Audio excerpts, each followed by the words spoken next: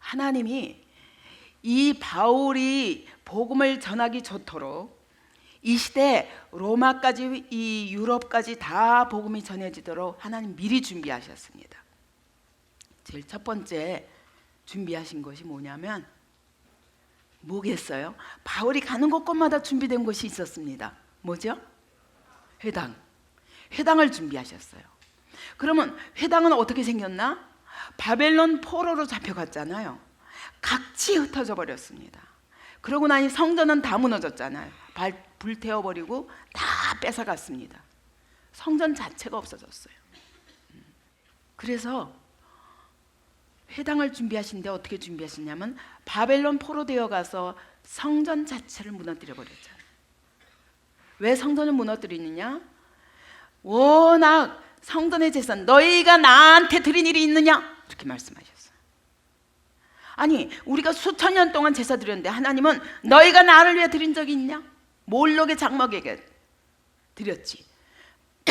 네 판의 별에게 했지. 네가 믿는 헛된 우상들에게 했지. 나한테 드린 적이 있느냐? 하나님 무너뜨릴 수밖에 없었어요. 거기다 제사장들도 그 제물을 훔치느라고 그래가지고 병든 것, 저는 것 이런 것만 하나님께 어차피 죽이는 거니까 더러운 것만 드리고 자기네는 좋은 거 해가지고 그걸로 돈 삼아 먹고 이런 성전이 필요 없어요. 그죠? 그럴 뿐만 아니라 참된 성전은 이 성전이 아니야. 그것은 예수 그리스도께서 오실 때까지 스데반이 설교한 대로 예수 그리스도 오실 때까지의 모형일 뿐이에요. 그러니까 여러분 성전 성막에 있는 모든 기구들과 거기에 있는 모든 구조와 이건 다 예수 그리스도를 상징하는 거예요. 참된 성전은 이 육체를 입고 하나님이 육체를 입고 우리 땅에 오셔서 우리를 직접 만나 주시는 거예요. 왜냐하면 이거 뭐 이렇게 커튼 딱 닫아놓고 아무나 못 들어가죠.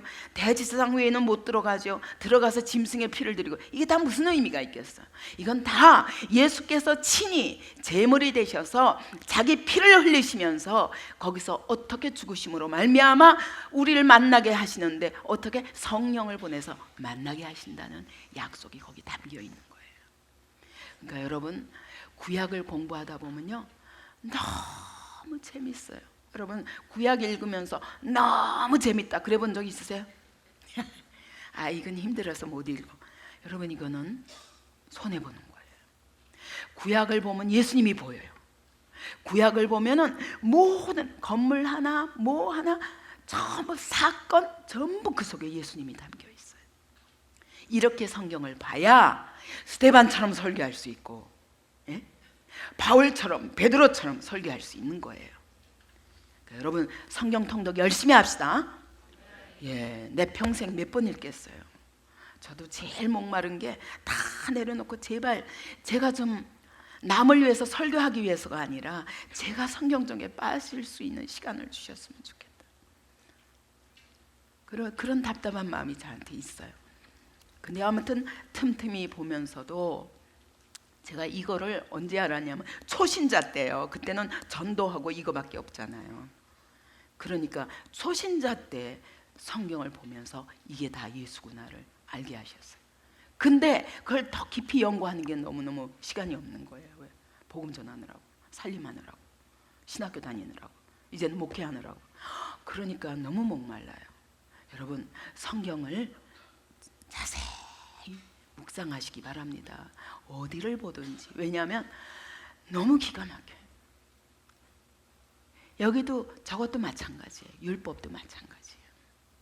거기 하라 하지 말라밖에 없지만 그 속에는 하나님의 마음이 담겨 있고 우리를 향한 하나님의 뜻이 담겨 있습니다.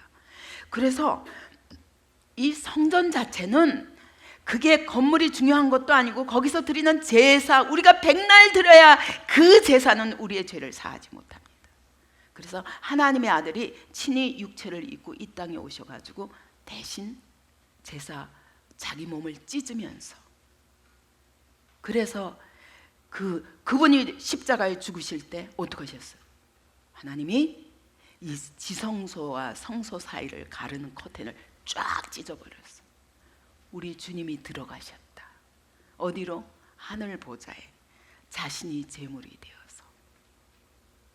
그런 하나님의 음성인 거예요.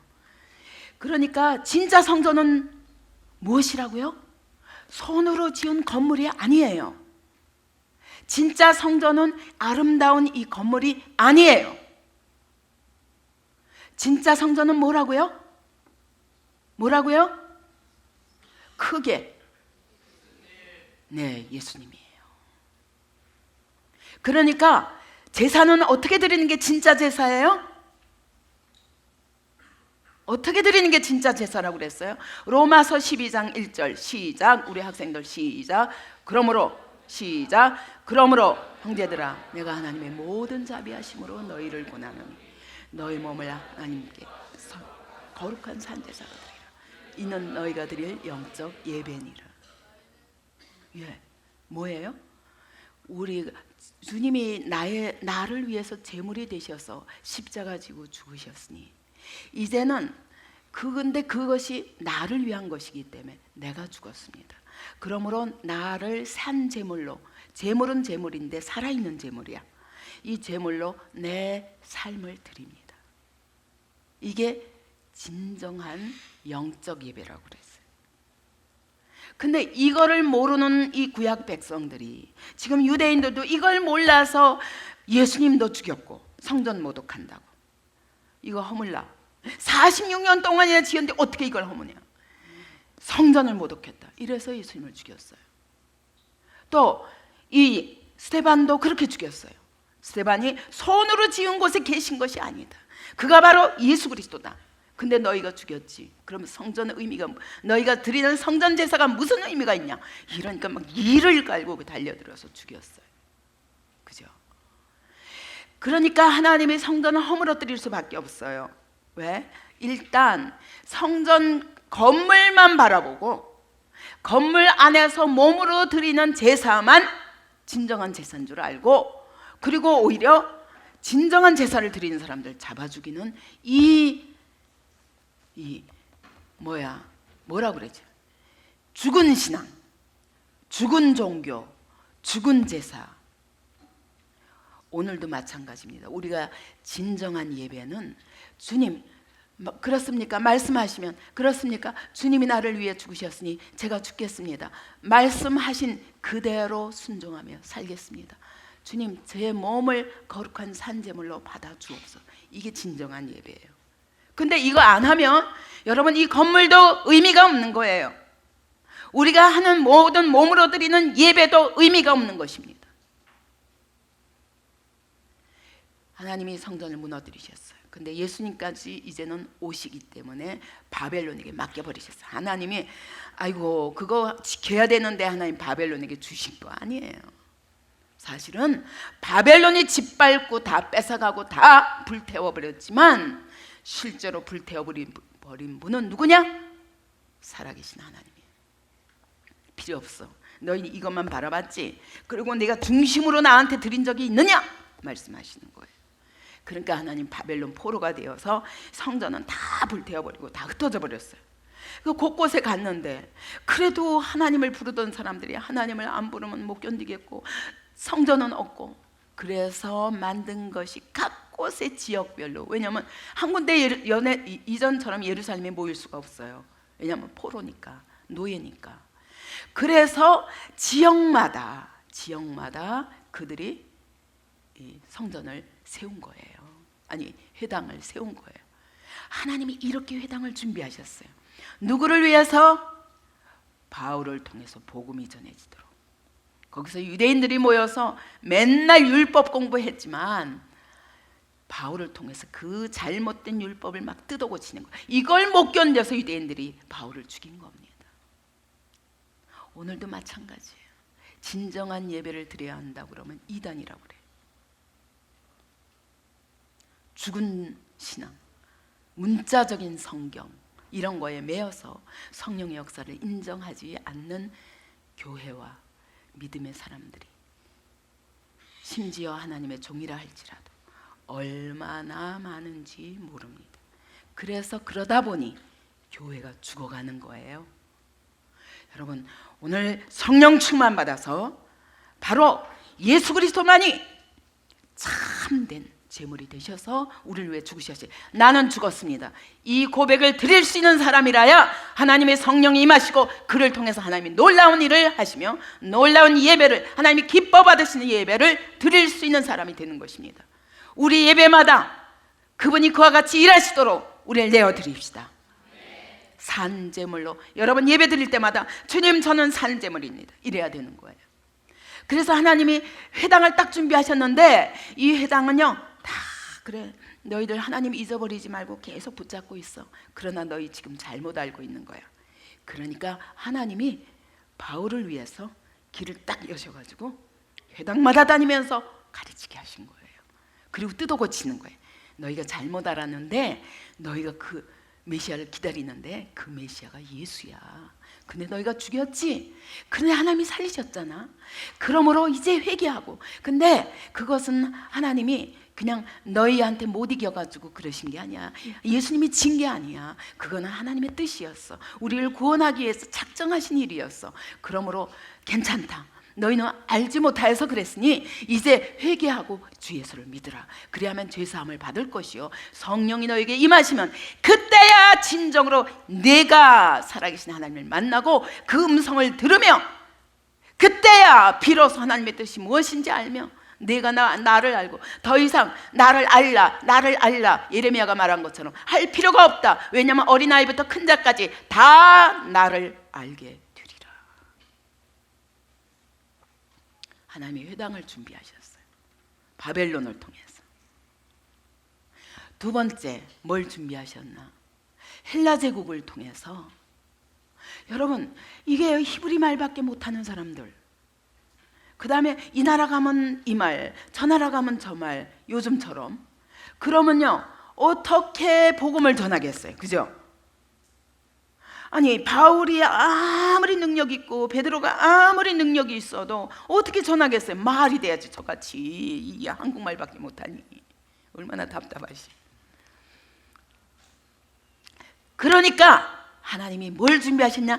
헬라 제국 알렉산더 대왕이 자기가 잘나서 온 시대를 덮어서 그 전부 그냥 통일시켜가지고 알렉산더 제국을 만들어가지고 헬라 제국을 만들어가지고 언어를 다 통일시켜버렸어요. 그래 가는 곳곳마다 온 세계가 지금 다 뭐가 통하는 거예요? 지금 어디 가나 헬라어가 통하는 거예요. 바울을 그래서 또 준비시키신 거예요. 하나님. 와, 우리 하나님 너무너무 멋있는 하나님. 우리는 이 세상의 모든 일들이 거저 그냥 이렇게 돌아가는 각각 인간이 좋은 대로 굴러가는 것 같지만 알렉산더 대왕이 자기가 잘나서 그런 줄 알았지만 하나님은 복음을 위해서 준비하신 거예요.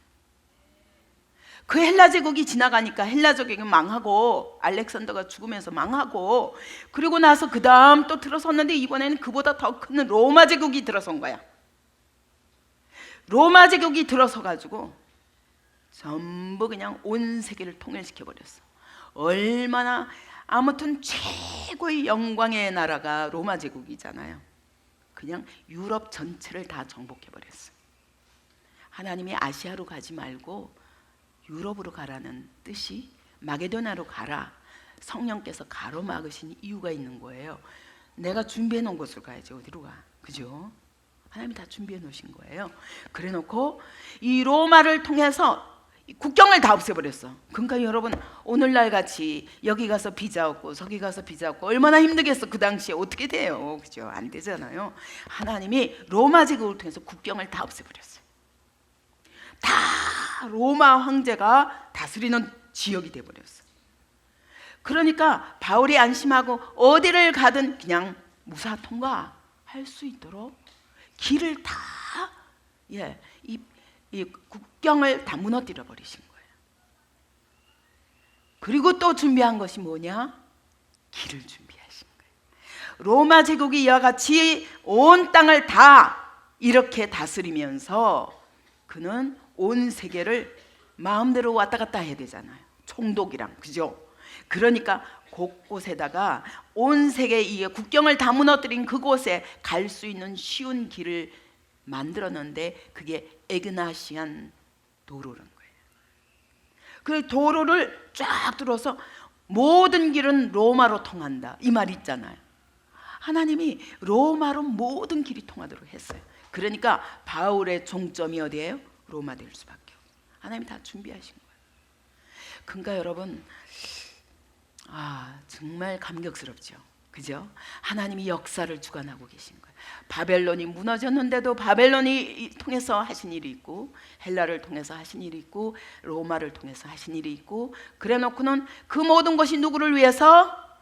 하나님의 사람, 복음을 가진 사람을 위해서 열어놓으신 길이었어요. 오늘도 마찬가지입니다. 그래서 미국 식민권을 가면 어디 가든지 무사 통과잖아요. 어쩌면 그래서 하나님이 미국 땅에다 우리 민족들을 보내시고 복음 전하는 준비를 하게 하시고, 해외 교포들을 통해서.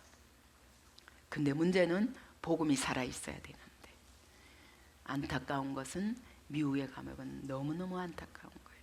인본주의와 많이 합해져 버렸고, 아주 고상한, 절대 헌신이 없는 그런 기독교 찬양에 막 황홀하긴 해요.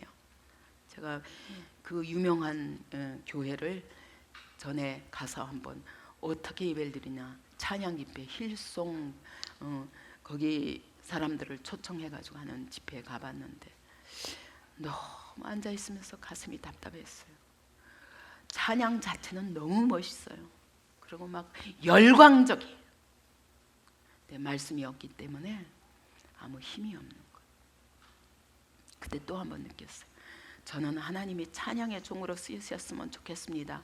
그랬는데 말씀의 종으로 바꾸시기 위해서 목을 수술해서라도 제가 가고 싶은 길을 못 가게 하시는 하나님을 찬양했어요. 찬양은 내 영혼의 만족이 될 수는 있지만, 말씀이 아니면 복음이 전해지지 않고, 말씀이 아니면 영혼을 거듭나게 하지는 못하는 거예요. 그래서 여러분, 진짜 말씀에 집중하십시다. 여러분 증인 되려면 말씀을 제대로 준비해야 성령께서 역사하시는 사역을 할 수 있는 거예요. 그래서 저는 이제부터는 여러분에게 말씀 공급만 가지고 제가 이제는 그렇게 헌신하려고 합니다. 이제 저한테는 일을 구하지 마세요. 저는 여러분들을 이렇게 여러분들을 섬기기 위해서 저는 신방부터 시작해서 맨날 불러다 야단도 치고 막 이래가 싸워가면서 이제까지 목회했다면, 이젠 그런 목회가 아니라 진짜 여기 있는 하나님이 세우시고자 하시는 일꾼을 위해서도 이제는 말씀 사역에 내 남은 생애를 드려야 되겠다, 이런 결단을 하고 있거든요. 그래가지고 하나님이 이렇게 준비하시고 복음을 위해서 한 시대 다 저기를 통해서 몇 제국이 지나가도록 수백 년을 통해서 이런 준비를 하셔놓고 사울을 바울로 변화시키시고, 그를 통해서 참 멋있게, 사실은 가는 데마다 돌 맞고 옥에 갇히고 막 가는 데마다 매로 맞고 그런 것 같았지만, 그 바울의 걸음이 그 시대를 정복하는 하나님의 걸음이었어요. 여러분 어떻게 사시겠습니까? 겉으로 보기에는 고난투성이에요. 근데 바울은 그거 알았어요. 그 때문에 그게 아무렇지도 않기 때문에 돌 맞고 죽었다가도 벌떡 일어나가지고 상처투성이로 또 그 도시에 갈 수 있고, 왜냐하면 하나님이 날 붙들고 계시는 걸 아는 거죠. 자기가 이루어야 할 사명이 뭔지를 아는 거예요. 로마까지 가야 하리라는 걸 아는 것입니다. 이런 인생을 통해서 정말 그 시대의 하나님 나라가 정복되는 거예요. 근데 보이지 않는 나라야. 근데 매 맞고 터지고 핍박받고 조롱받고 하지 않고는 갈 수 없는 길이야. 왜냐하면 세상은 절대로 원하는 길이 아니거든. 내가 너희가 그리스도께 속하지 아니했기 때문에 세상이 너희를 미워한다 그랬어요. 그런 길 갈 수 있겠습니까? 약하네요. 그런 길 갈 수 있겠습니까? 네. 영덕동에서부터 하십시다. 세계농구 두 번째고 여기서부터 하십시다. 그래서 세상이 뭐라 할지라도 우리가 이 복음을 자랑하는 우리가 되기를 바랍니다. 그리고 어저께 얘기를 다 못한 2차 여행에서 다 못한 것이 생각이 났습니다. 2차 여행 때 이제 저기로 그 고린도에서 그 바울과 그 브리스길라 아굴라의 만남이 있었고 장막업을 했잖아요. 그러다가 나중에 그가 이제 전념해가지고 말씀에 붙잡혀, 그 얘기는 완전히 하나님 말씀만 전념하면서 일을 안 하고 그리고 복음을 전했어요. 그 얘기는 여러분, 아무도 자기를 도와드릴 곳이 없는 데서 그나마 브리스길라와 아굴라를 만났으니까 이것이 가능했다는 생각이 들어요. 근데 그게 끝이 아니라 이와 같이 바울이 복음 전하는 일을 돕기 위해서 교회들이 도왔어요. 저는 이게 굉장히 감동스러웠어요. 그러면서 오늘 이 시대를 생각하게 되었어요. 수많은 선교사들이 가서 그들의 말씀에 전념할 수가 없어요. 그렇다면 여러분, 이것은 하나님이 안 기뻐하시는 겁니다. 물론 이것도 하면서 할 수 있지만, 그러나 하나님께서 전념으로 할 수 있도록 그렇게 환경을 허락하실 적에는 그렇게 할 수 있도록 도와야 돼요. 그래서 그때 도운 교회들이 뭐냐면 고린도 후서에도 나오고 빌립보서에서 나오는데 바울이 이렇게 말합니다. 내가 마게도나를 떠날 때 내 일에 참여한 교회, 너희 빌립보 교회. 그 얘기는 뭐냐면 바울이 가는 곳곳마다 어떻게 사는지를 너무 아는 거예요.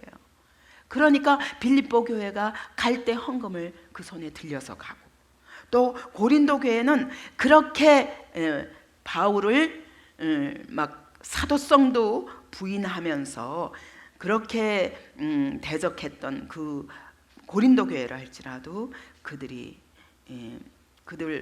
교회들도 도왔는데, 무엇보다 누가 도왔냐면 아가야 교회라고 그래서 그렇게 돕기도 했지만 마게도나에서 온 형제들이 나의 부족을 보충했다. 근데 여기가 뭐냐? 데살로니가 교회, 이런 베레아 교회, 이런 교회들이, 바울이 세웠던 그 교회들이 있는 힘을 다해서 바울을 도와서 선교를 계속 다닐 수 있도록.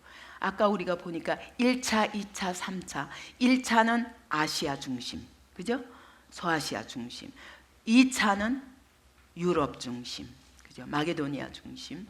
3차는 에베소 지역으로 해가지고 그 다음 로마를 준비하는 거예요. 그러니까 이게 걸음이 점점 안디옥으로부터 멀어지죠. 하나님은 이렇게 계속 복음의 길을 그냥 더 멀리 여시는 거예요. 그래서 스페인까지. 그렇게 3차 여행을 3년에 한 번씩 했어요. 그죠? 3년에 한 번씩. 그 얘기는 한 번 다녀오는데 거의 2년 이상이 걸렸다는 거예요. 물론 에베소서 같은 데서는 거기서만 2, 3년 있었고, 고린도 교회에서는 1년 반 있었고, 그러니 더 긴 시간이지만, 그러니까 그렇게 몇 년씩 여행을 계속하면서 아무 연고지도 없는 곳을 그러고 다니면서 교회 세워놓으니 그 교회들이 바울을 돕는 거예요. 그러면서 또 한 번 생각했어요. 그리고 바울은 그렇게 해서 모은 헌금을 혼자만 쓰는 게 아니라 때로는 성도들에게 교회마다 다니면서 헌금 모아라. 왜? 예루살렘 교회를 위해서. 그래가지고 3차 여행 때는 그 헌금을 다, 이방 교회들의 헌금을 모아가지고 예루살렘 교회를 구제하는 거예요. 그거 주러 갔다가 잡혀서 유대인들에 의해서 결국은 로마에 압송되잖아요. 그러니까 바울의 그 심장이 어떤 사람인지 알만하죠. 자기를 위해서는 아무것도 없어요. 오직 복음을 위해서. 그 다음에 거기에 또 남은 것이 있으면, 그러니까 교회들에게도 당연히 이렇게 말하는 거예요. 예루살렘 교회에 헌금 보내. 그리고 거들어 다녀요. 또 심지어 고린도 교회가 막 바울을 막 비난하는 그 교회에 대해서도 헌금하라고 그러는 거 보고 내가 와, 대단하다. 왜? 오직 하나님의 심정이니까 가능하지. 날 보고 헌금까지 내라고 그러고 또 사입이라고 그러면 어떡하나 라고 걱정해야 되는데, 그게 아니라 그 야단을 치면서도 헌금 내라는 거예요. 그래서 고린도 후서를 보내는 거예요. 그래서 이게 바울의 걸음을 보면 너무 감사하고 그가 어떻게 살았는지 보이고 그 당시에 그가 세운 교회들이 어떻게 바울을 후원했는가. 오늘 우리는 여기서 한국 땅에서 편안하게 먹고 자면서 여러분 그 선교사들이 복음을 전하겠지, 이건 안 됩니다. 정말 그들의 모든 걸음을 우리가 같이 기도로 동행하고 이 시대 바울이 산다면 우리 외면하겠습니까? 근데 이 시대 바울들인 거예요. 그래서 그들을 통해서 복음이 힘있게 전해지도록 정말 빨리 도와야 되겠다. 이것이 제 마음에 더욱더 불탔습니다. 그래서 이제 3차 여행으로 들어갑니다. 3차 여행으로 들어가면서 이때 그 23절에 보니까 얼마 있다가 떠나 갈라디아 부르기아 땅을 차례로 다니며 모든 제자를 굳건하게 하니라. 그러니까 1차, 2차 때 세웠던 교회를 3차에서는 또 가는 거예요. 그래서 갈라디아 부르기아 땅을 지나서 모든 세웠던 교회들에 가서 모든 제자를 굳건하게 하니라. 그래서 사실은 저는 이 세워놓은 5교회를 이렇게 다녀야 되는 거예요.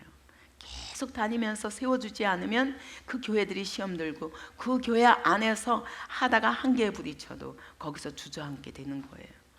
그래서 우리가 서로 이렇게 여러분이 도움이 필요할 때 즉각 도움을 구할 수 있고, 그리고 서울교회는 언제든지 또 우리가 이렇게 복음 전하는 사람들을 도울 수 있도록 거기 그 지역에서 그 교회에서 생기는 어려움들을 나의 어려움처럼 기도하면서 그 교회들을 위해서 기도할 뿐만 아니라 계속 일꾼이 가야 돼요.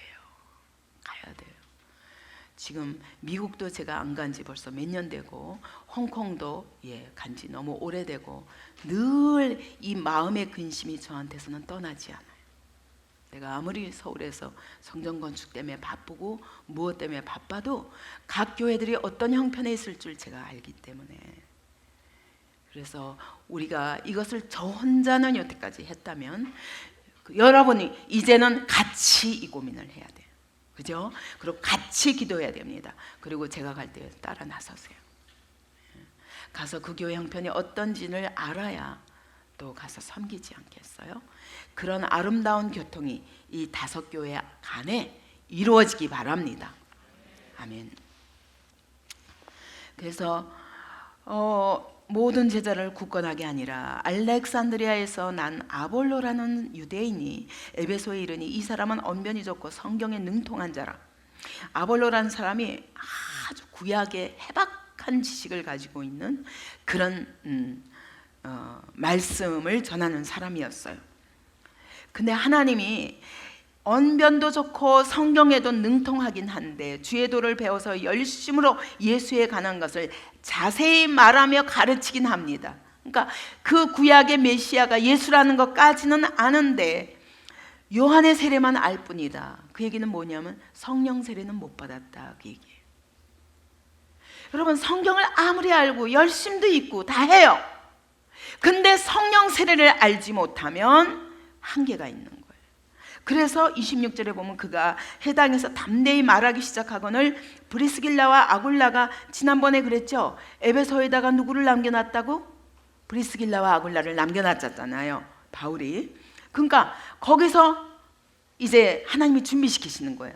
보니까 이 사람이 성령 세례를 못 받았구나. 지금 누가 목회자예요?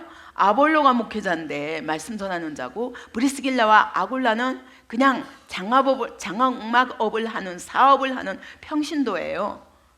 그런데 물론 자기 교회를 세웠고 그리고 섬겼지만 나중에, 그러나 이 평신도가 들어보니까 성령 세례 못 받았구나 알았어요. 여러분, 목사님이 여기서 설교를 하는데 저 목사님 성령 세례를 못 받았네. 성도가 알았어요, 앉아서. 그거 어떻게 해요? 에이, 잘해가지고 설교한다고. 이게 아니라 브리스길라와 아굴라는 어떻게 했냐면 자기 집에 모셨어요. 맛있는 음식을 차려가지고 브리스길라와 아굴라가 이 아볼로를 초청했습니다. 데려다가 하나님의 도를 더 정확하게 풀어 이루더라. 평신도가 지금 목회자 불러놓고 당신이 여기까지는 아는데 여기까지는 모르는 것입니다. 그냥 말하면 안 돼요. 그래서 자기 집에 음식을 차려놓고 잘 영접시켜 놓고 얘기하는 거예요. 왜? 리더기 때문에. 리더기 때문에 말씀을 바로 전해야, 그래야 교회가 부흥하니까. 그랬더니 아볼로가 그로 인하여 변하기 시작합니다. 그래서 아볼로가 가슴이 뜨거워져서 아가야로 건너가고자, 다시 말하면 고린도로 가겠다는 거예요. 그러니 고린도에서 누가 왔어요? 브리스길라와 아굴라가 고린도에서 살다가 왔잖아요. 그러니까 고린도 교회를 알겠어요, 모르겠어요? 바울과 함께 교회를 세우는 일을 도왔잖아요. 그러니까 브리스길라 아굴라가 영접하라고, 이 사람을 영접하라고 소개장을 써주는 거예요. 누구한테? 아볼로에게. 이제 됐으니까, 이제는 성령 세례가 무엇인지 알고 인격적으로 그리스도를 만나도록 도와준 후에 그렇게 편지를 제자들에게 써가지고 영접하라고 했습니다. 그래서 그가 가니까 은혜로 말미암아 믿은 자들에게 많은 유익을 주니, 그 안에 은혜가 있다는 거예요. 왜? 성령 세례까지 알고 나니까. 그래서 많은 믿는 자들에게 유익을 주었다고 그랬습니다. 이는 성경으로서 예수는 그리스도라고 증언하고, 구약을 빠삭한 사람이 예수 그리스도다, 그분이 예수 그리스도다 하니 얼마나 힘있겠어요. 공중 앞에서 힘있게 유대인의 말을 다 이겼다고 그랬어요. 왜요? 구약에 능통하기 때문에 알지도 못하면서 말하는 사람들한테 제대로 말할 수 있는 그런 사역자가 된 거예요. 여러분, 우리가 평신도들이 이런 자리까지 가야 돼요. 여러분 앉아서 그냥 마냥 듣는 게 아니라 여러분 진짜 목회자를 위해서 기도하고 설교자를 위해서 기도해야 돼요. 그리고 여러분이 능가할 수 있는 성경 지식까지 가시기 바랍니다. 이거는요, 그냥 하나님이 은사에 따라서 세우시는 것이지, 여러분 평신도는 설교를 못한다 이러면 안 돼요. 여러분이 진짜 말씀을 사모하면 이런 자리까지 두실 때 하나님이 힘있게 쓰실 수 있어요. 어디 가나 스데반처럼 설교할 수도 있어요. 1절에 19장 1절에 보니까 아볼로가 고린도로 갔습니다. 그래서 드디어 고린도로 갔어요. 바울이 윗지방으로 다녀 에베소에 와서 어떤 제자들을 만나. 그러니까 아볼로가 에베소에 있다가 갔어요, 고린도로. 그리고 나서 바울이 온 거예요. 그래서 다녀보니 이런 성령 세례를 알지 못하는 종에게, 말씀을 전하는 설교자에게 배웠으니 에베소 성도들도 다 성령 세례를 모르는 거예요. 그래서 에베소에 와서 어떤 제자들을 만나 이르되 너희가 믿을 때 성령을 받았느냐? 라고 물었어요. 그랬더니 아니라 우리는 성령이 계심도 알지 못하노라. 그러니까 여러분, 아볼로가 성령이 계신 줄 알았어요, 몰랐어요? 예수까지는 아는데 성령의 계심도 알지 못하기 때문에, 그리고 혹시 안다 해도 설명할 길이 없어요. 자기가 체험하지 못했기 때문에. 그렇게 빈 구석을 바울이 그러면 너희가 무슨 세례를 받았느냐 했더니 요한의 세례를 받았습니다. 그러니까 한마디로 회개는 했는데 성령님이 들어오시지 않으니 여러분 순종할 힘이 있어요, 없어요? 성경을 제대로 알 수 있는 힘이 있어요, 없어요? 없는 거예요. 그래서 바울이 이르되 요한이 회개의 세례를 베풀면 뭐라 그랬냐? 백성에게 이렇게 말하지 않았냐? 내 뒤에 오시는 이를 믿으라. 이는 곧 예수라. 그가 너에게 성령으로 세례를 베풀리라. 그죠? 요한의 세례가 끝이 아니라 세례 요한도 말했다. 성령의 세례를 그가 주실 것이다. 누가? 예수 그리스도가 라고 전하는 거예요. 그들이 듣고 주 예수의 이름으로 세례를 받았습니다. 그렇구나. 요한의 세례는 회개의 세례, 죄사함 받는 회개의 세례인데 예수 그리스도의 이름으로 세례를 받았을 때 6절에 보니까 바울이 그들에게 안수함에 성령이 그들에게 임하심으로, 예수 그리스도의 이름으로 받는 세례는 예수님이 우리를 위해서 죽으시고 부활하셨다는 것을 믿기 때문에 그 죽으시고 부활하심을 따라 내가 죽었습니다 할 때, 자기를 철저히 부인할 때 성령이 임하시는 거예요. 그래서 이렇게 성령이 임하시게 하니 방언도 하고 예언도 하니 모두 12사람쯤 되니라. 12명가량이 그 자리에서 성령 세례를 받았습니다. 바울이 회당에 들어가 석 달 동안을 다 담대히 하나님 나라를 관하여 강론하며 권면하되 그랬어. 근데 이제 여기서 왜 갑자기 아볼로 얘기가 나오냐? 예? 이것이 바울과 중요한 관계가 있기 때문이에요. 바로 여기서 이제 아볼로가 갔으니까 아볼로에게 소개장을 써줬잖아요, 그죠?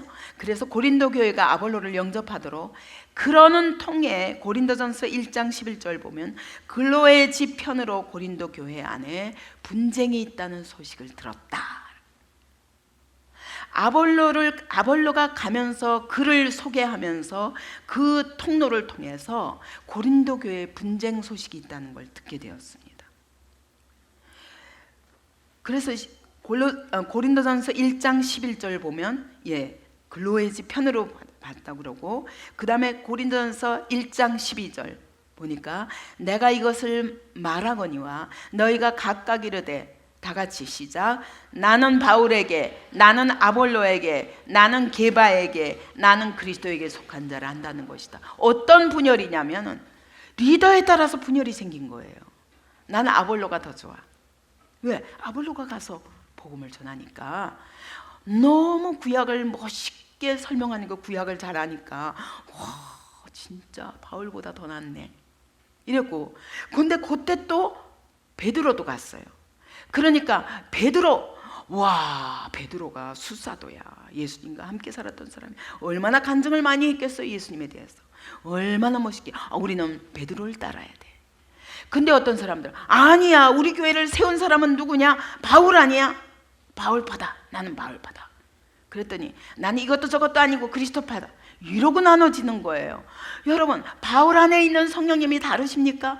베드로 안에 있는 성령님과 아볼로 안에 있는 성령님과 다릅니까? 예수 안에 계셨던 성령님과 다릅니까? 근데 어떻게 이런 일이 있을 수 있어요? 이거는 제대로 못 만난 거예요. 여러분, 목회자가 여기 서든 누가 서든지 그 안에 계신 성령님은 동일하다는 것을 믿고 그분을 바라봐야, 그래야 교회가 발전하는 거지. 나는 누구 설교는 듣기 싫어, 누구 설교는 더 좋다, 이런 사람은요, 그 온전히 예수 못 만난 사람들.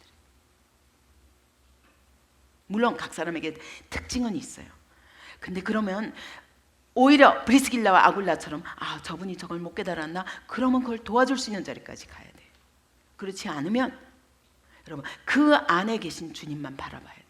안 그러면 이것 때문에 은혜를 나는 누구한테 받았어, 이것은 우리를 하나됨을 가로막는 통로가 될 수 없는 거예요. 아멘. 이건 사단이 하는 일이에요. 은혜를 받고도 사단에게 우리의 마음을 내어주는 거예요. 왜냐하면 지 성격들 때문에 그래. 그리고 예수 그리스도를 바라보고 성령님이 내 안에 계신 것을 아는 사람은 그를 위해서 혹시 저기가 뭐가 부족하다 그러면 그를 위해서 기도하게 되지, 이런 식으로 파로 나뉘지는 않아요. 근데 자기 안에 육적 기질 때문에 팔을 나눠버리고 아직 복음을 제대로 알지 못하는 것이고, 내 안에 온전한 성령님께 대한 순종이 없기 때문이에요. 그래서 이런 문제가 생기니 그때 문제가 된 거예요. 바울이 얼마나 안타깝겠어요. 내가 교회를 세웠지만 내가 그리스도냐? 이게 고린도전서예요. 내가 이래서 너희한테 세례를 안 주는 거야. 누구한테 나는 세례를 받았기 때문에 누구가 난 더 좋아, 이러면 안 되니까 난 세례를 안 준다 그랬어. 그럴 만큼 바울은 철저히 오직 예수, 오직 성령, 오직 말씀, 이것이 우리 더빛교회가 되기 바랍니다. 모든 성도들의 자세가 되기 바랍니다. 그래서 이런 문제가 생겼는데 이거 어떡합니까? 어디서 들었나? 어디서 들었어요 지금 그 소식을? 바울이? 어디서? 지금 어디 있는 거예요 지금? 에베소에 있는데 고린도 교회 소식이 이와 같이 분열을 하고 있다라는 소식을 들었어요. 그러더니 고린도전서 16장 17절에 보세요. 시작. 16장 17절 다 같이 읽읍시다. 시작. 내가 스데바나의 브르나도와 아가이고가 온 것을 기뻐하노니, 세 사람이 왔다는 거예요. 어디서부터? 고린도 교회로부터 세 사람이 대표단이 그들이 너희의 부족한 것을 채웠음이라. 그 얘기는 뭐냐면 세 사람의 대표단이 왔어요. 이렇게 분열의 문제가 생기니까 이 문제를 어떻게 하면 좋겠습니까? 고린도 교회 안에 바울이 떠나고 나서 이런 문제가 너무 많습니다 하고 문제마다, 그래서 분열 문제, 음행 문제, 그죠? 우상 제물에 관한 문제, 뭐 하나 되지 못하는 문제, 그 다음에 은사 문제, 결혼 문제, 심지어 그죠? 그런 문제들을 쫙 문제를 딱 질문지를 갖고 온 거예요, 이 세 사람이. 그래서 여기에 대해서 조목조목 답변해 주는 것이 고린도전서예요. 그래서 이 세 사람의 대표단이 오니까 그들에게 그들 편으로 이거에 대한 답변을 보내게 됩니다. 그래서 고린도전서는 어디서 썼다고요? 에베소에서. 예. 그래서 바울이 그러니까 여기에 에베소에 있으면서 어땠겠어요? 마음이 편했겠어요? 안 편했겠어요? 안 편했어요. 너무 답답한 거예요. 지금 당장이라도 고린도 교회에 달려가고 싶지만, 예, 저도 그렇습니다. 저 홍콩 교회에 무슨 문제가 생기면 제가 막 당장 달려가고 싶어 못 견디겠어요. 안타까워서. 그런데 안 될 때마다 바울이 편지를 썼던 거예요. 그래서 제가 편지를 쓰고 싶어도, 예, 이 편지 가지고 안 되는 문제들일 적에는요, 편지가 오히려 시험이 또 될 수가 있는 거예요. 북경교회 문제가 생기면 제가 그냥 가슴이 답답해요. 미국 교회도 벌써 몇 년째 내가 가야 되는데 하면서 그것을 가로막고 있는 것이 있기 때문에 제가 몇 년째 안 가는 거예요. 지금 내가 가서 그것이 해결되기보다 그것이 오히려 문제가 될 수 있는 것 때문에 못 가는 거예요. 제가 바빠서 안 가는 게 아니에요. 오직 제 마음이 오직 온 세계에 다 있는 거예요. 한동대처럼 갔다가 아침에 갔다가 내일 올 수 있는 것도 아니고, 그죠? 여러분, 이렇게 온 세계를 하나님이 우리에게 이렇게 주셨으면 여러분 모든 교회를 위해서 모든 성도가 기도할 책임이 있습니다. 그래서 에베소에 있으면서 지금 다 마음이 답답해요. 바울이 너무너무 안타까운데 지금 갈 수는 없고, 왜냐하면 가도 지금 문제가 있는 분열 상태이기 때문에 가도 문제가 되는 거예요.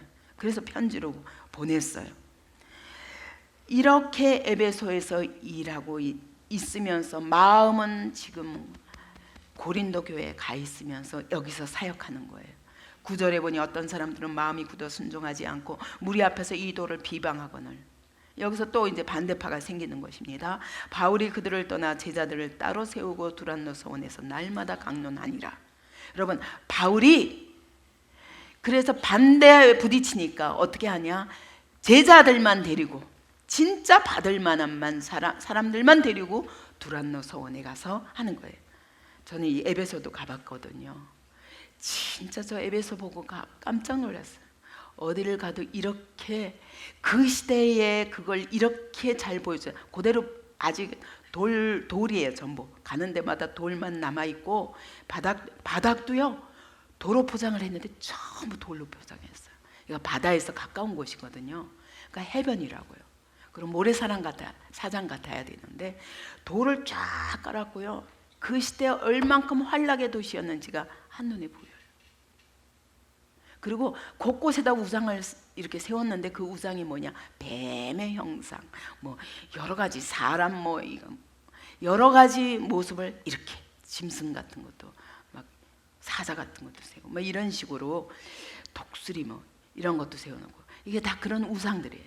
그뿐만 아니라 제가 목욕탕 가보고 놀랐어요. 그 시대에 목욕탕이 있었던 거예요. 이거는 귀족들, 그 돈 많은 사람들, 바로 항구 도시니까 항구에 얼마나 많은 그 배가 한번 들어올 때마다 각 나라 사람들이 오잖아요. 이 사람들이 돈 가지고 즐길 수 있는 목욕탕이 있었던 거예요. 그 목욕탕도 있는데 더 놀라운 거는 바로 그 목욕탕 앞에요. 그 목욕탕 안에 뭐가 있냐면 수세식 변소가 있는 거예요. 그 수세식 변소가 어떤 변소인가? 그 당시에 수세식을 어떻게 하는가? 여러분, 물을 흘려보내요. 바다에서부터 물을 끌어다가 그래가지고요 다 앉아서 이렇게 동그랗게 팠어요. 엉덩이만 딱 놓고 앉으면 돼요. 그러면 그 밑으로 떨어지잖아요. 그걸 물이 쑥 씻어가지고 바다로 가게 하는 거예요. 이런 식으로 근데 그것만 있는 게 아니에요. 어떤 때는 바닥에 아직도요 이게 자국이 있어요. 그게 뭘 그려놨냐 자세히 보니까 뭐라고 낙서를 해놨으니까 그게 뭐냐 보니까 하트를 해놓고 뭐라고 썼는데 헬라어로 뭐라고 쓴 줄 아세요? 창녀가 부르는 내 여기 있다 자기 위치를 가르쳐주는 그런 것까지 있더라니까요. 그러니 이게 어떤 환락의 도시인지 알겠더라고요. 그 바다에서부터 와서 이게 조금 떨어져 있는데 쭉 길이 전부 도로가 되어 있어요. 그리고는 양쪽에 저자, 다시 말하면 시장이 있거든요. 그 시장이 어떻게 됐냐면 오늘날 저기 쭉 가게들 같은 거 세워놓으면 어때요? 이렇게 칸을 만들어 놓고서는 가게 하잖아요. 그 칸이 다 돌로 돼 있어요. 그래서 여기는 어떤 장사마다 다 구분돼 가지고 해외에서 무역선 온 것들을 거기다 다 해놓고 파는 저자가 있더라고요. 그뿐만 아니라 원형 경기장처럼 그런 곳이 있어요. 거기가 바로 여기서 이 핍박할 때 바울을 핍박하는 사람들이 소동을 일으키고 야손을 끌어다가 난리를 한 곳이 거기였어요. 근데 그렇게 크지도 않아요. 근데 이 원형 경기장이 있으면 그 위에 쫙 돌로 좌석을 쫙 만들어 놓은 거예요. 얼마나 높은지 몰라요. 그래서 수많은 관중들이 거기에 앉을 수 있어요. 여기서 소리를 지르면요 마이크도 없는데 다 들을 수 있어요. 이래 놓고 거기서 설교도 하고 거기서 뭐든지 할 수 있도록. 그러니까 마이크 시설 없었대요. 와, 그 당시에도 대단했구나. 근데 여기서 소동을 일으켰던 거예요. 여기가 극장이에요. 그래서 운동 경기만 아니라 그런 것들을 하는 아주 막 온갖 그런 장치들이 다 있어요. 오늘날 우리가 환락의 도시에 가면 있는 온갖, 그러니까 상가도 있고 목욕탕도 있고 창녀집도 있고 뭐 온갖 것이 다 있는 것처럼 그런 도시였어요. 근데 거기에 멋있는 높은 빌딩이 무너진 흔적이 있어요. 그게 두란노 서원이었어요. 두란노 서원이 원래는 그 당시에 2층으로밖에 안 썼는데 한 층이 거의 이만해요. 한 층. 얼마나 웅장하게 지었겠어요. 근데 그게 다 무너지고 지금은 뼈대만 남아 있는데, 그러니까 유두고가 떨어지는데도 이런 사람이 떨어지는데 그 당시 높게 지은 건물은 정말 죽었겠구나 싶더라고요.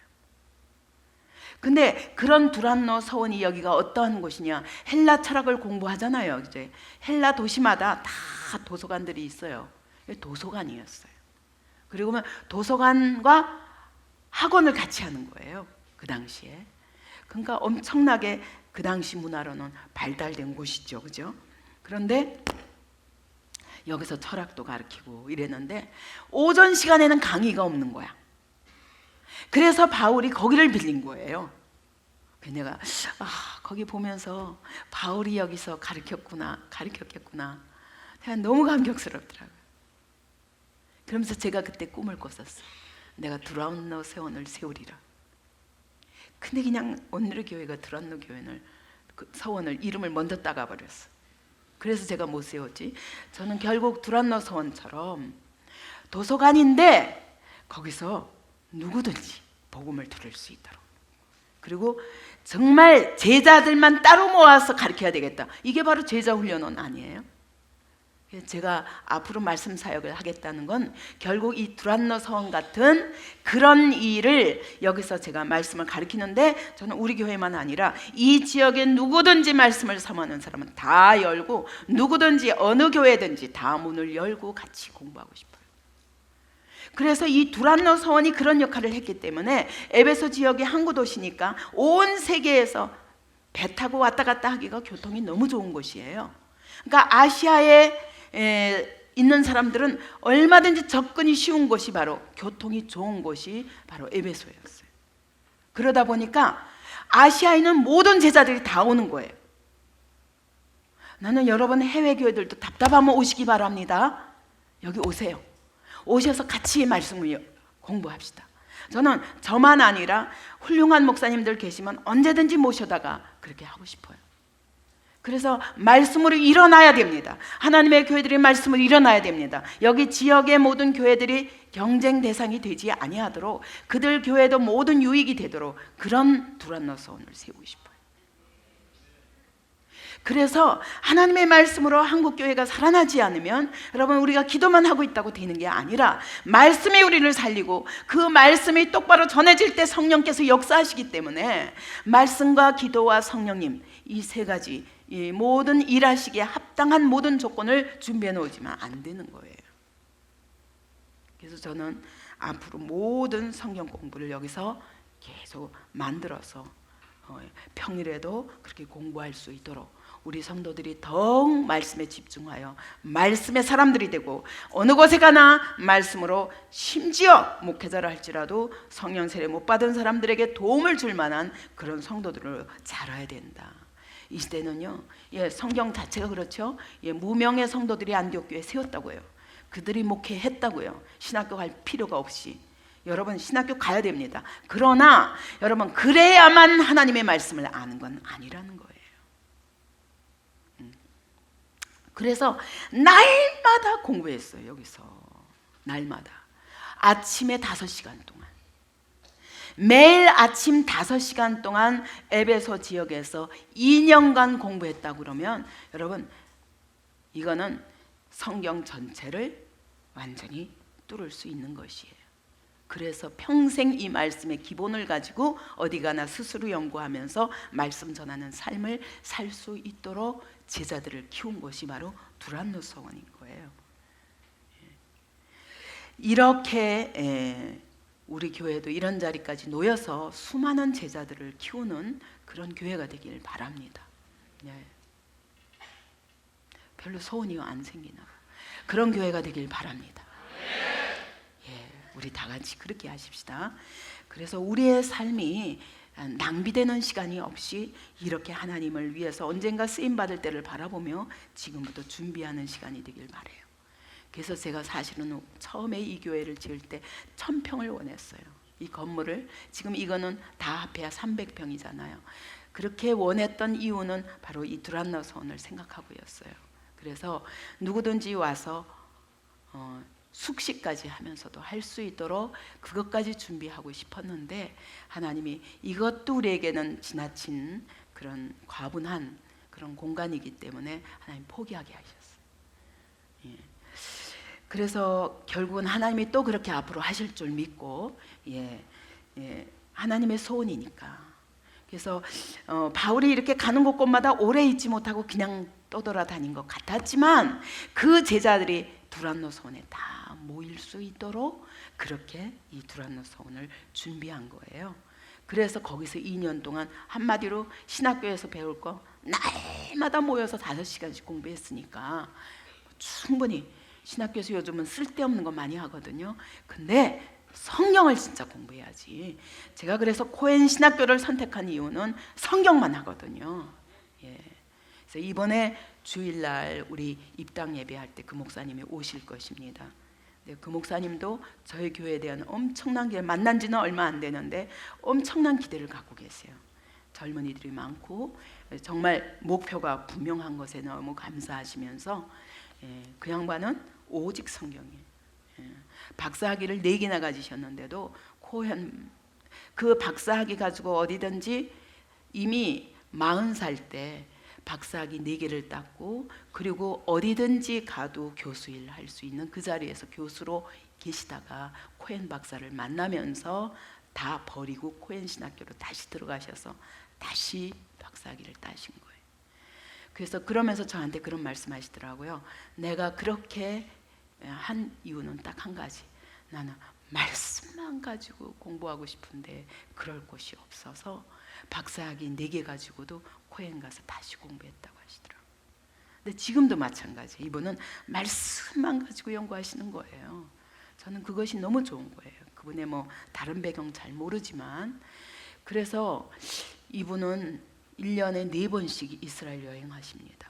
그래서 현지에 가서 직접 조사를 혼자 해가면서, 남들이 발견해 놓은 것은 대개 그 관광지에서 이렇게 하거나 또 신학자들이 해도 한계가 있거든요. 근데 코엔 박사님을 통해 가지고 진짜 그 현지와 그 다음에 히브리직 사고로 본 성경과 이 두 가지를 가지고 연구를 해가면서 계속 만들어 가시는 거예요.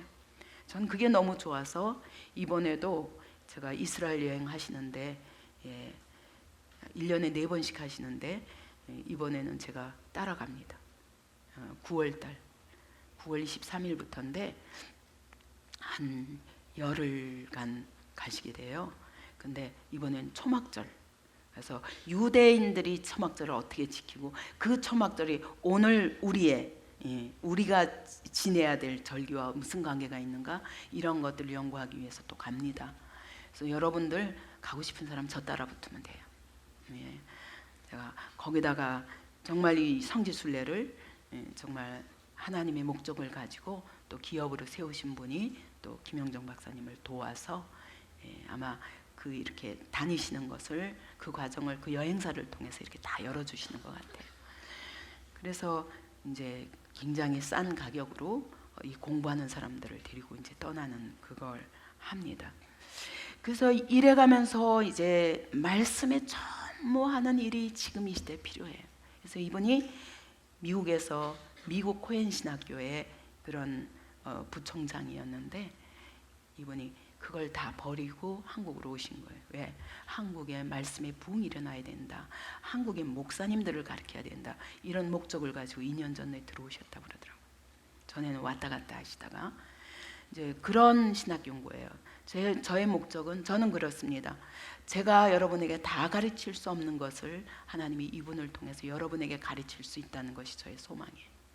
그래서 우리 청년들 누구든지 정말 말씀에 사로잡혀서 다음 세대를 일으킬 만한 그런 하나님의 사람들로. 그래서 이분이 주엔대학교도 세우셨어요. 그래서 그 주엔대학교는 뭐냐? 바로 대학 들어가는데 대학 코스가 바로 이게 성경인 거예요. 그래서 테필린과 신구약 전체를 공부하는 거. 제대로 된 신학교가 사실은 생기는데 이제 시작이기 때문에 아직 세상은 잘 모르지만 그래서 저는 이와 같이 오직 말씀으로 결론 내시고 이 말씀으로 한국교회를 일으키겠다는 그런 분을 만나게 된 것이 너무 감사해요. 근데 그런 것에 같이 마음을 하기가 어디 가서 찾기가 쉽지 않거든요. 근데 하나님이 진짜 만나게 하셨다. 그런 만남이다라는 생각이 들고 또 그래서 우리 천성교회 목사님 카지야 목사님도 지난번 전도사님과 함께 같이 가서 공부했고 그러면서 또 이 공부를 같이 하시기로 결정하셨어요. 그러니까 하나님이 이런 사람들을 이 시대 이와 같이 악한 사단의 세력들이 난리를 하는 이 시대에 이 말씀으로밖에 회복이 진정한 회복이 없다고 믿는 하나님의 종들을 불러 모으시는 것 같아요. 그래서 하나님이 일하고 계시는구나. 근데 너무 미미한 것 같지만 사도 바울도 너무 미미한 사람들입니다. 그가 다 합해야 동역자들이 30명 정도밖에 안 돼요. 그죠? 로마서 보면은 거기 있는 이름을 다 합하니까 한 30몇 명 되더라고요. 이런 인원을 가지고 세계를 뒤엎은 거예요. 세상이 보기에는 아주 미력해 보이지만 저는 오늘도 그러실 줄 믿습니다. 우리의 숫자는 작지만 하나님이 어떻게 놀랍게 이 시대를 바꾸시는 일을 우리를 통해서 하실 걸 저는 믿습니다. 그래서 난 그런 사람들의 모임이 여기서 이루어졌으면 좋겠어요. 그래서 여기 한국교회에서도 제가 지금 찾아보고 저분은 그럴 만한 분이다. 그럼 전 그분 적극적으로 돕기로 생각한 거예요. 그래서 같이 이 장소를 내어드리고 그런 일을 통해서 목사들도 여기서 공부하고 그럴 수 있는 장소로 드리고 싶습니다. 아멘. 제가 이 이야기를 구태여 지금 에베소 선교 사역을 얘기하다 이 얘기하는 것은 이 시대 두란노 서원의 역할을 이 교회가 하기를 원한다는 그 비전을 여러분에게 드리는 거예요. 여러분이 기도해 주시고 그리고 여러분들도 그런 소원을 가지고 이 일을 같이 섬겨주시고 뿐만 아니라 무엇보다 이런 비전에 여러분이 같이 마음을 두고 여러분이 말씀 사역에 또 이렇게 헌신하는 자리까지 갔으면 좋겠어요. 그래서 이와 같이 제자들을 따로 세우는 그런 사역을 에베소 지역에서 하고 있었습니다. 이러다 보니 말씀이 날마다 선포됐잖아요. 하루에 5시간씩. 그것도 몇 사람 안 되는 제자들 데리고. 근데 이게 세상을 바꾸는 거예요. 이게 세상을 보시겠습니까? 11절에 보니까 하나님이 이제 여기 보세요. 10절에 보니까 2해 동안 이같이 하니 아시아에 사는 자는 유대인이나 헬라인이나 다 주의 말씀을 듣더라. 여기서부터 하나님이 일하시기 시작하는 거예요. 하나님이 바울의 손으로 놀라운 능력을 행하게 하시니 말씀 충만할 때 기적이 나타나는 거예요. 심지어 사람들이 바울의 몸에서 손수건이나 앞치마를 가져다가 병든 사람에게 얹으면 그 병이 떠나고 악귀도 나가더라. 손수건, 앞치마는 일할 때, 예를 들면 장마겁이나 이런 일할 때 이렇게 앞에다가 이렇게 두르는 이거 앞치마인 거예요. 그런 것들을 바울의 것을 가져다가 그것 가지고 이렇게 지나가기만 해도 병이 떠나가고 악귀도 나가더라는 거예요. 이러다 보니 여기서 또 시험 드는 자들이 있어요. 그게 누구냐? 마수라는 어떤 유대인들이 흉내를 내는 거예요. 자기가 굉장히 능력 있는 사람이라고 자랑했는데 이제 바울이 나오니까 아니 바울의 능력을 흉내낼 수가 없는 거예요. 그래서 그들이 생각한 방법이 예수도 모르면서 그들이 시험 삼아, 여기서 시험 삼아가 에피케이류 이런데 이게 무슨 뜻이냐면 여기다 시험 삼아라고 그랬는데 실제로는 위에다 손을 대다, 위에다 손을 얹다라는 뜻이에요. 그러니까 유대인들이 어떻게 했냐면 흉내를 내가지고 자기도 안수하는 거야. 귀신 들린 사람들에게, 그러면서 악귀 들린 자에게 주 예수의 이름을 불러 말해야 돼. 뭐라고 말하냐면 주 예수의 이름인 이름이야. 근데 어떻게 말하냐면 내가 바울이 전파하는 예수를 의지하여 너에게 명하노라 이런. 와, 근데 오늘도 이런 사람들이 있죠. 기도하면서도 안 들어줄지도 몰라. 그런데 뭐 많은 사람들이 은사 받으면 그런다니까 나도 그 흉내 내고 이렇게 가지고 하나님이 역사 안 하세요. 내가 만난 예수, 내가 믿는 예수라야 능력이 나타나는 거지.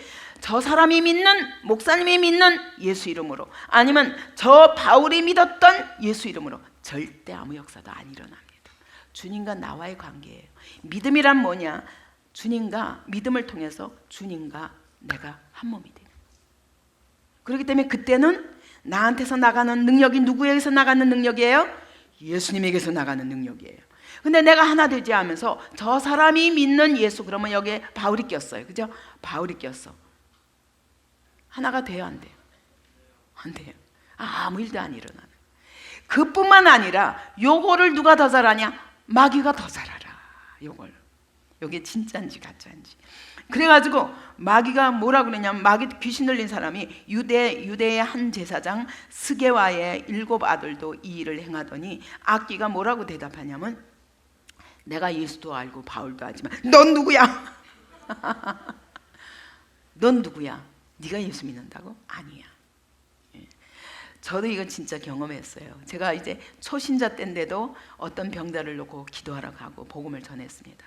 근데 내가 전하는 게 되게 멋있어 보였나 봐요. 이때까지 저를 핍박하던 사람이 갑자기 정말 하나님은 살아계시다. 왜냐하면 그 사람이 내 말을 너무 잘 들으니까 자기도 같이 흉내내가지고 정말 예수를 믿어야 돼. 나보고 믿으면 조용하게 믿지. 왜 이렇게 시끄럽게 딴 사람들을 해가지고 그러냐. 그리고 제일 앞장서 핍박하던 사람이에요. 그러고는 나 봐라. 나 수십 년 믿어도 절대로 남을 괴롭히지 않는데 너는 이제 믿으면서 뭘 잘난 척하고 자꾸 전하냐는 거예요. 이렇게 핍박하던 사람이, 저 사람이 앞에 있는데 그 사람이 내 말을 너무 귀 기울여 듣고 그러니까 흉내를 낸 거예요. 그래서 전도 같이 하는 것처럼 제가 속으로 웃었죠. 근데 나만 웃는 게 아니라 그 사람 안 믿는 그 사람이 웃는 거예요. 그러면서 넌 누구냐 그러더라고요. 가짜라고 그러더라고요. 깜짝 놀랐어. 제가 넌 예수 믿는 게 아니라고, 가짜라고 그러더라고요. 하나님이 네 기도는 안 들으신다 그러더라고요. 그러면서 저보고 하나님이 나를 기뻐하신다는 거예요. 그래서 당신의 기도를 하나님이 들으시기 때문에 자기가 듣는다는 거예요. 근데 예수를 끝까지 부인했어요. 그런데도 그렇게 말하더라고요. 그 사람을 사단이 붙잡고 있는데도 귀신이 먼저 알더라니까. 여러분 마찬가지예요. 여러분이 오늘 두려워하지 마세요. 내가 온전하게 예수를 믿음으로 붙잡아서 그분과 내가 하나 될 때 능력이 나타나는 것이 흉내내 가지고 되는 게 아니에요. 그렇기 때문에 위선죄처럼 한심한 죄가 없어요. 그죠? 그래가지고 능력이 나타나겠어요? 절대로 안 나타나요. 그렇기 때문에 제대로 믿지 않으면서 믿는 척하지 마세요. 정말 붙잡으세요. 결사적으로. 저분이 믿는 하나님이 너무 부러우면은 그 사람처럼 믿기 위해서 내가 어떻게 해야 되나, 이거 해야 돼요. 근데 은혜 받지 않고도 은혜 받은 척하고 딴 사람의 은혜에 이렇게 동승하려고 그러는 거, 이거 하나님이 너무 미워하시는 거예요. 그죠? 왜냐하면 귀신이 먼저 알아요. 성령 받은 사람은 물론 알고, 그럼 귀신이 그 다음에 어떻게 해요? 장난질하는 거예요. 장난질하는 거예요. 그래가지고 막 그들에게 뛰어 올라가지고 눌러 이겨버렸어요. 그러니 예수 이름을 빙자해가지고 기도하다가 그만 망신을 당해버려가지고 그들이 옷까지 다 뺏어가지고 벗은 몸으로 막 도망했어요. 에베소에 사는 유대인과 헬라인들이 다 이 일을 들었어요. 얼마나 두렵겠어요. 믿는 척 흉내내는 것도 무서운 일이라는 걸 알았어요. 예수의 이름은 그냥 함부로 부를 수 있는 이름이 아니라는 것도 알았고, 바울의 믿음이 어떤 믿음이라는 것도 알고, 제대로 믿을 때만 역사한다는 것도 알았어요. 믿는 사람들, 믿은 사람들이 많이 와서 자복하여 행한 일을 알리며, 그러니까 두려워서 벌벌 떨면서 자기 공개적인 회개를 하는 거예요. 그래서 행한 일을 알리며, 그동안에 내가 마술사인데 사실은 내가 거짓말한 거라고. 마술이 뭐예요? 사람의 눈을 속이는 거예요. 실제 능력이 아니에요. 그죠? 우린 뭐가 이 손에서 들어왔다 나갔다 하고 막 그냥 뭐 불을 막 그냥 뭐 먹고 막 이러면 막 놀래가지고 막 굉장한 능력. 다 속임수예요. 눈 속임수. 근데 사람을 속여가지고도 그런 능력을 흉내낼 수 있으니 그들이 얼마나 부러웠겠어요, 이 능력이. 근데 이 일을 깨닫고 이 일을 직접 보고 막 마귀가 달려드는 거, 오히려 더 달려들어서 그런 걸 보고 다 와서 장복했어요. 사실 그동안 내가 속였다. 마술은 이런 것이다. 그리고 마술에 여러분 이 비밀이 공개되면 마술 더 이상 할 수 있어요, 없어요? 못하죠. 그러니까 그때 이제 그 책을 다 모아가지고 마술을 하는 책이 있어요. 이거 속에 눈속임하는 책의 방법이 있는 거예요. 그 방법을 다 필요 없어요. 이제는 마술을 하지도 않을 거니까. 그래서 다 갖다가 다 불살라 버렸어요. 진정한 회개죠. 내가 이전에 하던 일은 다시는 하지 않으리라. 그렇기 때문에 그 책을 통째로 가져다가 불살랐는데, 그것이 5,000일 동안에 매일 일당이 있잖아요. 일당에 5,000일의 일당인 거예요. 그러니까 다시 말하면 여러분 직장 생활 하는데 1년에 365일 다 일한다고 해도 몇 년치 연봉이냐? 14, 5년치 연봉이에요. 우리 집사님 14, 5년 연봉이 얼마나 될까요? 굉장히 많겠죠, 그죠? 그래 계산하면 어떤 사람은 10억에 해당한다고 그러더라고요. 어마어마한 마술사들의 모든 책을 다 불살라버리는 역사가 있었습니다. 이러니까 하나님 말씀이 더욱 힘이 있어져요. 흥왕하여 세력을 얻으니라. 하나님 말씀이 드디어 세력을 얻었어요. 이러고 나니까 이 일이 있으니 이제는 바울이 이렇게 생각한 것 같아요. 아, 이제 이 지역은 정복했구나 하고, 이제는 내가 어디로 가야 돼? 와, 성공하면 여기서 좀 누리지, 그죠? 사람들의 칭찬과 존경과 받으면 얼마든지 그럴 수 있는데, 바울은 아, 내가 이제 또 딴 데로 갈 때가 됐구나. 왜? 복음 듣지 못한 곳으로. 이게 바울의 삶이었어요. 그래서 이 일이 있은 후에 나는 이제 마게도나와 아가야를 거쳐서, 왜? 고린도 교회가 거기 있으니까 그 교회들을 마저 보고 내가 예루살렘에 가기로 작정하여 이르되, 내가 거기 갔다가 후에는 로마까지 보리라. 이때 비전을 품는 거예요. 아, 이제는 여기도 어느 정도 됐구나. 그러면 내가 이제는 저 이탈리아도 지나서 고린도도 지나서 저 이탈리아 쪽으로 가야 되겠구나. 그래서 자기를 돕는 사람 중에서 디모데와 에라스도 두 사람을 마게도냐로 먼저 보냈어요. 먼저 보내고 자기는 아시아에 더 얼마 동안 마저 사역을 정리하기 위해서 있었습니다. 그때쯤 되어 이 도로 말미암아 적지 않은 소동이 일어나요. 반드시 복음이 아무리 흥왕해도 흥왕하면 할수록 또 다른 세력, 이것을 미워하는 사단의 앞잡이들이 반드시 있게 돼 있어요. 그러니까 하나님 나라가 부흥하면 마냥 부흥만 하는 거 아니야. 반드시 대적자들이 또 있어요. 그래가지고 소동이 일어나는데 더메드리오라는 은세공업자예요. 그러면 은을 세공해가지고 뭐 하냐? 우상을 만드는 거예요. 실제로 제가 에베소의 지역에 갔을 적에도 그때도 이게 우상을 만들어서 팔더라고요. 그러니까 관광지에 마다 있는데 여기에 특산물이 뭐냐? 아데미 신상이었어. 여기는 아데미 여신을 섬기는데 이 아데미 여신은 풍요의 상징이야. 그래서 그 풍요를 어떻게 표현하냐면 유방이 33개가 있어. 여러분 그런 여자 본 적 있어요?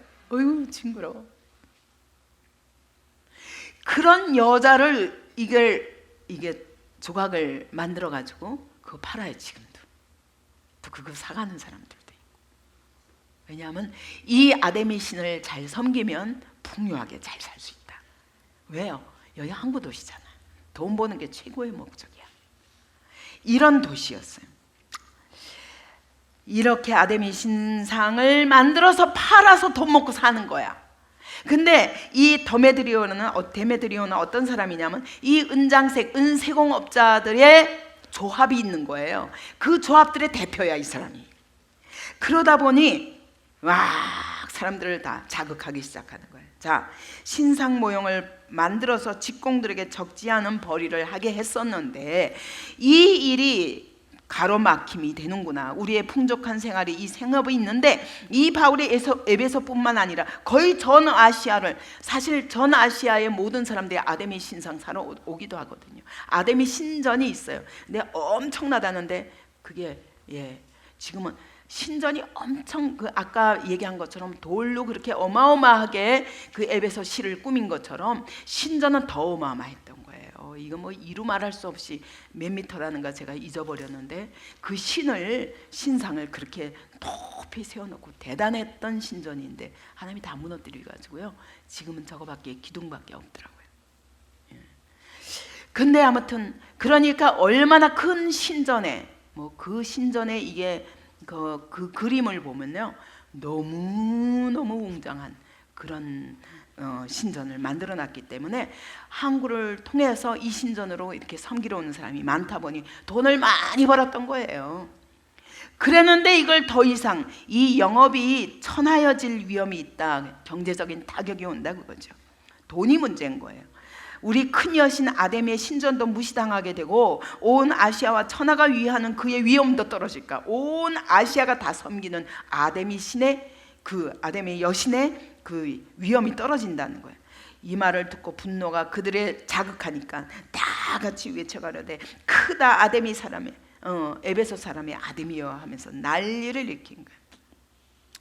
그래가지고 온 시내가 요란해서 바울과 같이 다니는 마게도냐 사람 가이오와 아리스토가를 붙들어가지고 아까 얘기한 그 연극장으로 데리고 가서 때려서 죽이려고 하는 거죠. 바울이 백성 가운데로, 그러니까 바울이 자기 제자들이 잡혀갔으니까 그래서 이건 내가 들어가야 되겠다 그랬더니 제자들이 다 말렸습니다. 큰일 난다. 그래가지고 아시아 관리 중에 바울의 친구 된 어떤 일들도 관리들을 얘기 들어보니 거기 들어가면 너 죽는다. 그래서 그 연극장에 들어가지 말라고 해가지고 그때 이제 다른 길로 이제 결국은 에베소를 떠나게 됩니다. 보세요, 에베소를 떠나야 되는구나. 막 복음이 흥황하니까 이제는 됐구나, 이제는 로마로 향해야 되겠다 한 시점에 하나님이 이 환경을 통해서 그가 에베소를 떠날 수밖에 없게 하시는 거예요. 정말 바울은 하나님과 함께 일하는 자예요. 그냥 그 마음을 먹자마자 하나님이 환경을 허락하셔가지고 완전히 거기서 떠나지 않으면 안 되도록 만드시는 거예요. 그 얘기는 뭐냐? 그 다음 행선지 로마로 가야 하는 그 사명이 남아있기 때문이에요. 유대인들이 무리 가운데서 알렉산더라는 그 유대인을 권하여서 앞으로 밀어내니 알렉산더가 손짓하며 백성에게 변명하려 하나. 여기서 이 추측하건대 이 알렉산더는 바울의 원래 제자였는데 나중에 바울을 배반합니다. 그래서 유대인들의 앞잡이가 되어버리는 거예요. 그래서 디모데 전후서 보면은 이 구리세공업자, 이 구리세공업자야. 그러니까 이 사람도 왜 그렇게 시험 들게 됐냐? 자기 경제적 유익과 자기 이해관계 타산이 안 맞거든. 그래 배반한 것 같다라는 그런 근거를 여기서 마련하게 됩니다. 구리세공업자 알렉산더가 내게 해를 많이 입혔다. 주께서 그에게 행한 대로 갚으시리니. 그러니까 말로 심히 대적했다는 거예요. 그러니까 그동안에 바울에게 배웠던 거 다 사용해가지고 바울을 오히려 핍박하는 대로 써버렸다는 거예요. 저는 위로가 됐어요. 바울이 그렇게 능력이 있어도, 그렇게 성령 충만해도 기껏 세운 제자가 이렇게 대적할 수 있구나. 나 같은 사람은 오직하겠어요. 적당히 알아가지고 어떻게 당하겠어요, 그죠? 그러니까 이 유대인들이 요 알렉산더를 통해서 이렇게 딱 밀어내가지고 네가 말해봐. 그러면요 이 사람들이 더 소동할 거 아니에요. 근데 이 소동하는 에베소 사람들은 보니까 저도 유대인이니까 똑같은 사람인 줄 알고 말을 안 듣는 거죠. 그러면서 막 난리를 하니까 다행이죠. 그래서 서기장이 무리를 진정시키고자 이르되 에베소 사람들아, 에베소시가 큰 아데미아 제우스에게서 내려온 우상의 신전지기가 된 줄을 누가 모르냐? 누가 모르는 사람 더 있냐? 그러니까 한마디로 이 서기장도 그렇게 믿는 거예요. 그런데 사람이 조금 합리적이라. 그래가지고 신전의 물건을, 그런데 바울이 언제 이 사람들이 신전의 물건을 도둑질한 적이 있냐? 우리 여신을 비방한 적이 있냐? 한 적이 없다. 근데 왜 너희가 그러냐? 정식으로 재판 날도 있고 총독들도 있으니 총독에 가서 정식 재판해. 그렇지 않고는 이 불법 직회는 허락하지 않는다. 딱 이렇게 결론 낸 거예요. 와, 하나님이 서기장을 사용하신 거죠. 그래가지고 이제 여기서 이 밀란이 조금 멈추게 됩니다. 그런데 바로 이 시점에 이런 폭동을 당하는 바울의 마음은 두 가지 마음인 거예요. 이런 에베소를 걱정하기도 하지만 그 마음에 어떤 근심이 있었다고요? 고린도 교회를 향한 근심이 떠나가지 않는 거예요. 그래서 여기서 그 마음이 너무너무 괴로웠다고 말합니다.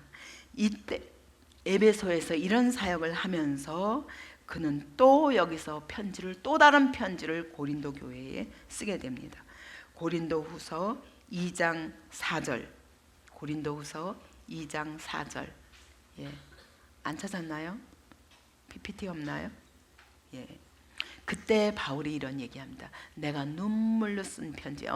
다 같이 읽어봅시다. 내가 마음에 큰 놀림과 걱정이 있어 많은 눈물로 너에게 썼노니 이는 너에게 근심하게 하려 한 것이 아니요 오직 내가 너희를 향하여 넘치는 사랑이 있음을 너희로 알게 하려 함이라. 요때 이 편지를 쓴 거예요. 근데 이거는 고린도후서가 아니에요. 고린도 교회에다가 바울이 오죽 답답하면 4번의 편지를 썼어요. 근데 그 중에 고린도 후서를 쓰기 전에 이 눈물로 쓴 편지가 바로 이 편지를 그때 보냈던 거예요. 그러면서 그가 말하기를 고린도 후서에서 보면 그렇게 말합니다. 내가 밖으로는 내가 지금 여기 에베소에 있는데 밖으로는 다툼이야. 지금 폭동이 일어나고 난리야. 그런 와중에도 안으로는 두려움이었노라 라고 말하면서 그것이 고린도 교회에 대한 내가 보낸 편지에 대해서 어떻게 답할까? 이게 너무 안타까웠던 거예요. 고린도의 교회에 대한 근심이 떠나지 않았어요. 그래서 이 편지, 눈물의 편지를 보내면서 책망을 한 거예요. 책망을 하면서 내가 사랑하기 때문에 내가 너희를 책망할 수밖에 없는데 그 책망을 그러니까 근심하게 했다고 그러잖아요. 내가 근심하게 한 것은 내가 너희를 근심하게 하기 위한 게 아니라 어찌하든 너희가 회개하여 내 근심이 너희의 회개를 이루는 것이 되게 하기 위해서 내가 이 편지를 보내라. 그러면서 눈물로 편지를 쓴 거예요. 근데 이 답변이 어떻게 오느냐가 고린도 교회가 이 이단들에게 넘어가느냐 아니면 다시 복음으로 돌아오느냐가 결정되거든요. 그러니까 바울이 그냥 가슴이 조마조마 이렇게 난리를 하는 중에도 바울은 계속 이 가슴에는 고린도 교회밖에 없었던 거예요. 여러분, 이것이 바울의 심정이요 하나님의 심정인 것처럼 우리 서울교회도 마찬가지입니다. 제가 어디에 있든지 여러분 해외 교회에 있는 모든 교회들에 대해서 안테나는 항상 열려 있습니다. 그래서 제가 보지 못하기 때문에 여러분은 목사님은 뭐 우리 이런 사정 모를 거야. 그러니까 우리끼리 해결하려고 그러고 아니면 우리 입 다물어 보려고 그러면서 마음이 점점 멀어지면 이건 사단이 하는 일입니다. 저는 보지 않지만 저기서 지금 무슨 문제 때문에 어쩌는지를 제가 이게 촉각을 통해 압니다. 이거는 기도하는 사람만이 알 수 있는 방법으로. 그래서 여러분이 절대로 이 거리를 느끼지 말고 그렇게 문제가 있을 때마다 직접 이 부분을, 그리고 저에게 주시는 감각은 성령께서 주시는 감각이기 때문에 여러분이 생각하는 이론, 우리의 문제는 이거다라는 것과 또 다를 수 있어요. 그때 여러분 제 말에 귀를 기울여 주시기 바랍니다. 그럴 때야 비로소 교회가 바른 방향을 찾아갈 수 있습니다. 그래서 제가 가끔 가보면은 너무너무 이 말씀이 힘이 없어지고, 그리고 여러분들이 서울교회를 너무 거리를 느끼며 그런 걸 보면 너무 가슴이 아픕니다. 그런데 그렇지 않다는 걸 바울의 모습을 통해서도 여러분 아시기 바랍니다.